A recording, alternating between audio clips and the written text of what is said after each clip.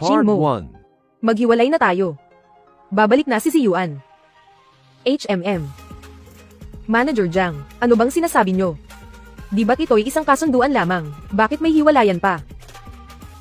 Ang ibig kong sabihin ay, tapusin na ang kasunduan. Naiintindihan ko.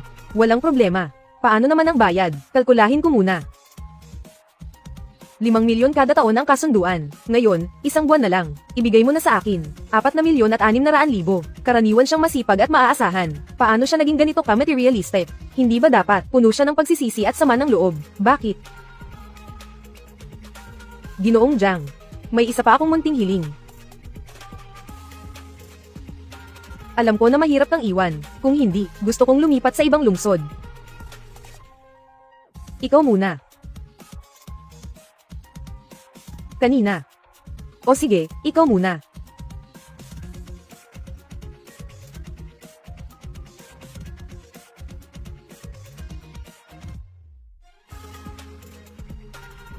Ang ganda ng katawan niya. Siya. Baka naman, nagsisimula na siyang magsawa sa akin. Sabi nga nila, hindi rin naman masama ang pagiging kapalit ko, kahit na hindi ko maabot ang huling hangganan. Pero laging may ilang mga gantimpala. Gusto mo bang maligo? Ipaghahanda kita ng paliguan.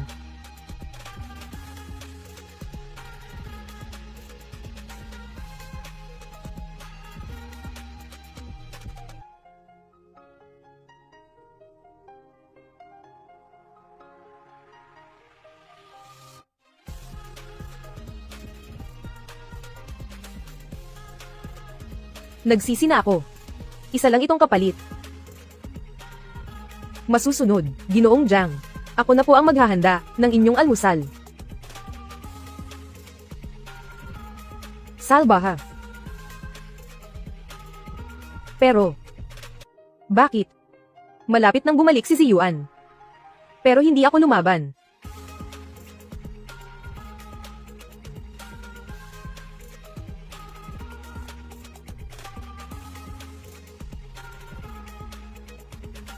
Ay naku, hinga. Ginoong Jiang, ang hagdan na ito, hindi na kailangan kayo pa ang bumaba, isang utos nyo lang, ako na si Chin. Bubuhitin ko na kayo pababa. HM.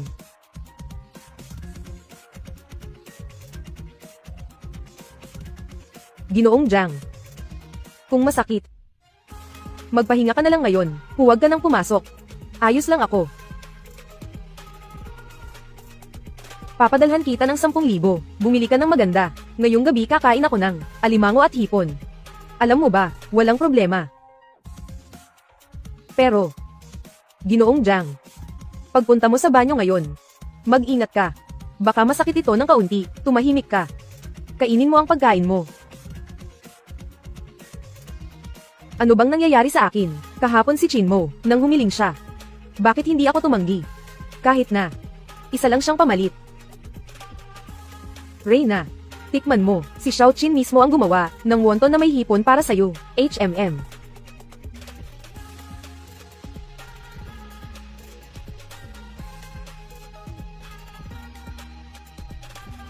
Kasamang Xiao Qin, pakialagaan mo siya, ang mahal kong asawa, hindi maganda ang pakiramdam ng kanyang mga binti ngayon, matanda na. Ano itong nakikita ko? Ang mataas na, pangulo ng Shenzhou Group, ngayon ay parang maliit na babae, binuhat palabas. Mahal kong asawa, umuwi ka ng maaga mamayang gabi, hihintayin kita para sa hapunan.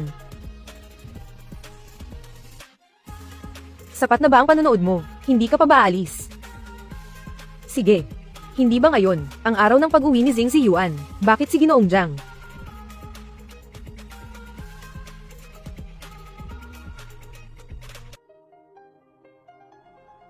Tawagan ko na lang kaya siya, at sabihin, na huwag nang bumalik.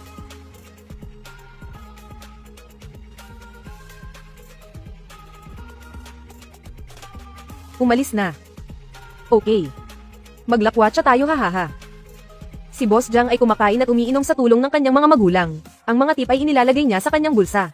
Sinasabi ng iba na mahirap maging double. Sino ang nakakaalam ng kalayaan? Sino ang malaya at masaya hahaha?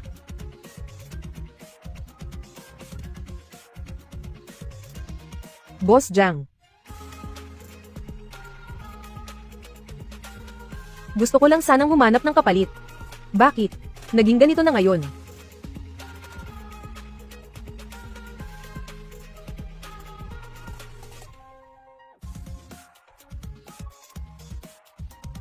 Bilisan mo, andyan na naman yung batang yon. Itago mo na lahat ng magagandang bagay. Diyan sa bahay. Bilisan mo, hindi ikaw ito. Hihihi. Tay. Nay.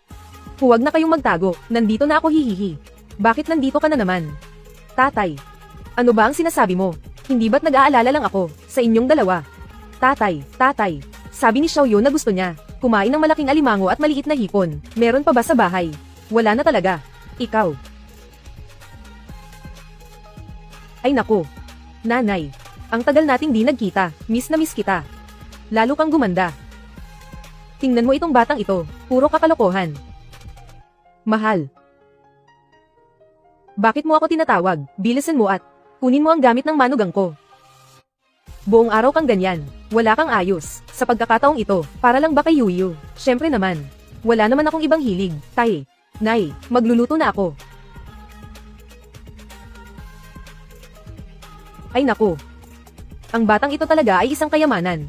Sabi mo si Xiaomo, ang batang ito, 2 araw na hindi nakita. Medyo hindi sanay. Hahaha, ay naku, kung iisipin, siya mismo ang pumunta noon. Hindi ko siya gusto. Kahit na, sobrang gwapo niya, at sobrang ganda ng school niya. Pero paano ba, isa rin siyang ulila.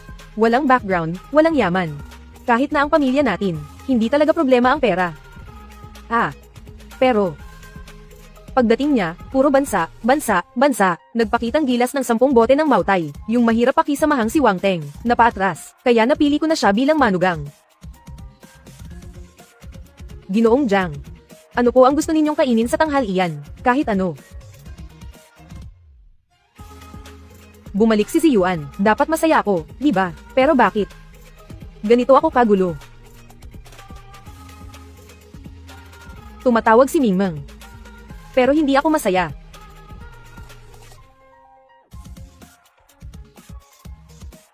Hoy, Chin. Anong meron? Wala naman. Reyna, gusto ko lang mag-ulat. Tungkol sa mga lobster at alimango. Naghanda na ako ng lahat. In-upgrade pa kita. Ang bait mo. Kaya ako, maghihintay na lang sa pagbabalik ng Imperatrice. Tama sa oras pa rin. Oo, maaari ka nang umalis. Ha. Ayos. Maliit na mo. Sinasabi ko, ang galing mo talaga. Si Yuyu, sa kanyang seryosong ugali. Sa tawag mo na ito, mas marami pa siyang tawa, kaysa noong 1 taon na kasama namin siya. At saka, ang bait mo talaga kay Yuyu. Mas mabigat. Hindi ka pa ba kumakain, shui mo? Ay naku. Xiaomo. Ikaw talaga ang maaasahan. Hindi na sayang ang pagmamahal ni Papa sa'yo. Talagang marunong kang mag-alaga ng tao. Ibinigay mo pa ang iyong therapist sa akin. Talagang naantig ako. Ginoong Jiang, ano pong nangyari sa inyo? Wala. Hindi pa ba dumarating si Zing Zishu, Zing Ziyuan? Tinawag ni Jiang ang buong pangalan niya, baka. Dahil kay Chindi. Pero talaga naman. Maligayang pagdating sa palasyo, Imperatrice. Nakahanda na ang hapunan para sa iyo. Pwede bang huwag ka? Araw-araw na lang nagpapatawa, Sir Jiang. Ito, masyado naman itong pa-girl. Ito pa rin ba yung nagmamanage ng libu-libong tao, mataas at makapangyarihan, ang pangulo ng Shenzhou Group ba? Kung ikukumpara kay Chin, malayo ang agwat ni Zing Ziyuan. Si General Manager Jiang ngayon, mukhang kakaiba rin. Ano kaya ang ginagawa niya? Baka naman. Yuyu. Nandito na ako, Zing Ziyuan, maligayang pagbabalik, ito. Walang kahit konting ngiti, ni palayaw wala. Pagkaalis ko kagabi, si Boss Jiang at si Chin, ano ba talaga ang nangyari? Yuyu, hindi ba pwedeng yakap? Wag na lang ang yakap, natatakot ako, na baka magkamali siya ng akala, Yuyu. Huwag kang lumapit, ikaw. Bakit? Bakit mo ako Gina ganito? Bakit? Hindi ba malapit nang matapos ang kasunduan? Oo. Mayroon pang 6 na araw, yun. Babalik si Ziyuan bukas, alam mo ba, sino? Anong kinalaman ko dyan? Kung babalik siya o hindi, wala naman akong pakialam. Ikaw, Ginoong Jiang, gusto mo bang maligo? Pupunuin ko ng tubig para sa'yo. Sige. Sabay tayong maligo. Shinmo, bakit hindi ka natatapos? Dahil malakas ang bato ko. Mr. Jiang, tandaan mo, ang mga lalaking malakas ang bato, ay katulad ko. Tungkol naman sa mga mahina ang bato. Mapatla ang mukha. Manipis ang buhok. Hindi ba ito ang sinasabi ni Chinmo, na sintomas ng kahinaan ng bato, 1 taon pa lang? Hindi na maganda ang pakikitungo sa akin. Yuyu, huwag na tayong tumayo lang dito. Tara, ililibre kita ng hapunan. Hindi na kailangan, may lakad ako mamayang gabi. Itong lalaking mahina ang bato, mukhang galing sa ibang bansa, maraming babae ang pinaligaya. Kung hindi lang kailangan ng pamilya Zing ang suporta nyo, hindi ko iiwan ang buhay sa Amerika, para hanapin ka, HMP, mahal kong cute. Hintayin mo ako. Ginoo, nandito na kayo. Direktor, hindi nyo kailangan lumabas para salubungin ako. Paano naman yan? Kayo na ngayon ang boss. Ibinigay ni Madam Chingya ang ospital na ito, bilang regalo sa iyong kaarawan. Kung hindi ako personal na, lumabas para salubungin ka, paano ko maipapakita, na wala akong emosyonal na katalinuhan? Lagi akong sinasabihan dati, na hindi maganda ang maging kapalit, pero ngayon gusto kong sabihin. Anino? Ano ang masama? Direktor, may pagbuti na ba ang kalagayan ni Yaw Yaw? Ginoo, si Binibining Suyaw, ay halos ganap ng gumaling. Mga 2 o 3 araw pa, makakabalik ka na sa eskwela. Sige, pupuntahan ko muna, sige. Yaw Yaw. Kuya, nandito ka. Aklat, pwede mong panoorin ito pagbalik mo sa eskwela. Ang pinaka-importante ngayon, ay magpagaling ka muna. Kuya, ang kulit mo. Ako. Sige na nga. Kuya. Narinig ko, ang bayad sa ospital dito, sa isang gabi, ay napakamahal. Ang pera mo. Huwag kang mag-alala sa pera, marami akong pera ngayon. Bakit, kuya? Hindi ka ba kinukupkup? Ako. Hindi, paano nangyari yon, kuya? Talagang kinukupkup ka. Noon, sa ampunan. Kapag nagsisinungaling ka, kinakamot mo ang ulo mo, kuya. Naghirap ka. Ay nako. Ipinapangako ko sa'yo, ang perang ginamit para sa gamot mo, siguradong galing sa tamang paraan. Hindi ako naniniwala, pareho tayong tuso. Kaka-graduate ko lang sa kolehiyo, saan ako kukuha ng pera, kuya? Sigurado akong nagbenta ka ng katawan. Yaw Yaw. Sa totoo lang, ako si Jiang Dongshi. Yaw Yaw, sasagutin ko lang ang tawag, HMM, huwag ka nang umiyak. Ano nangyari, kuya? Bumalik na si Zing Ziyuan. Gusto mo ba? Kuya. Ikaw. Nag-aalinlangan ka pa. Wala akong inaalinlangan. Ano ba ang gusto mo? Ikaw ba? Naghalo-halo na ang sinasabi mo at galaw. Nagtatelepono tayo. Hindi video call. Hindi kita nakikita. Ay naku, ang utak mo talaga. Kung hindi lang tayo, galing sa parehong ampunan. Talagang ikaw. Ay naku, kuya. Ang totoo gusto kong sabihin. Ano bang sinasabi mo? Tama na. Huwag ka nang makialam dito. Asikasuhin mo ang mga tao sa Jiangdong, lalo na si Longda. Sabihin mo sa kanya, huwag siyang maghanap ng gulo. Yuyu. Pasensya na. Hindi maganda ang pakiramdam ko. Hindi na mahalaga. Yuyu. Hindi mo alam kung gaano kahirap ang buhay ko sa ibang bansa. Nagkasakit ako bago nakauwi. Ganun ba? Ziyuan, ano ang nangyari sa'yo? Kailangan mo bang pumunta sa ospital? Ganun pala. Mukhang napansin na masyadong aktibo ang aking mga bato, Jiang Ziyu. Hindi na siya yung madaling lokohing batang babae, pero ito ba yung itinuro ng kapalit, HMPH, basura. Nag-aambisyong umangat, kapag nagkaroon ako ng oras, ikaw ang susunod kong aasikasuhin, Yuyu. Walang problema, kaya ko ito. Hindi pwede, kailangan natin itong tingnan. Uncle Zhao, pumunta sa ospital ng grupo.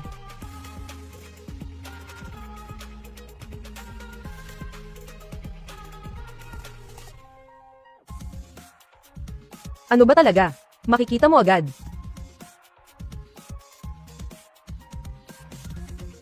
Pag-ibig na utak ay pag-ibig na utak. Ganito ka mag-alala sa akin. Nagpapanggap ka pang malamig. HMPH, hintayin mo lang na makuha ko ang mga resources ng pamilya Jiang. Pagkatapos kitang paglaruan, itatapon na kita. Yuyu. Sige, magpapacheck up muna ako. Huwag mo akong alalahanin. Hindi. Ang taong ito ay sobrang narcissistic. Tinitingnan ni Jiang ang oras para hindi siya maabala. Baka gusto niyang bumalik para makipag-date kay Chin. Ginoong Jiang. Hindi siya mukhang mabuting tao. Ginang Emperatriz. Chin Mo, bakit ka nandito? Si Ziyuan ba ang may sakit? Kawawa naman, ikaw pa ang nagdala sa kanya dito. Chin, ang galing mo talaga. Paano mo nalaman ito? Green tea at black moonlight, pare-pareho lang naman ang mga estilo. May problema ang puso ng pasyente. Sino ang kamag-anak ng pasyente? Dok, ano ang nangyari sa kanya? Ang galing ko talaga sa suhol. Ako. Jiang Ziyu, ang bait mo sa akin. Ngayong gabi, dadalhin kita sa kama. Ang pasyente ay may uri ng sakit sa puso, hindi niya kaya ang stress. Kailangang manatili sa ospital para obserbahan. Kayo ba ang kamag-anak ng pasyente? Ito na ba ang kapalit ko? Mukhang disente naman. Sayang, ngayong gabi matatapos na ang trabaho mo. Kaibigan niya ako, ganito ba siya kalala? Jiang Ziyu, ikaw pa rin ang batang iyon. Mula 1 taon na ang nakalipas, kaunting pakulo lang, at nawawala ka na sa sarili mo. Hindi pa rin ba makalimot si Jiang? Ngayon, nakikinig lang siya sa doktor. Ganito kakaba, kung ako'y biglang bumagsak, at biglang yamakap. Sa harap ng double, diretso sa yakap ni Jiang Ziyu, hindi bat. Ziyuan, ayos ka lang ba? Nagkamali ako. Hindi ko dapat ginamit ang kapalit para inisin ka. Basta gumaling ka, makikinig na ako sa'yo mula ngayon. Ako'y sa'yo. Ang buong pamilya Jiang, ang buong Shenzhou Group ay sa'yo. Bata, magretiro ka na. Yu, hindi ko na kaya. Masama ang pakiramdam ko. Hello, Yuan, may sakit sa puso ang kuya mo. Pumunta ka na rito agad. Yu.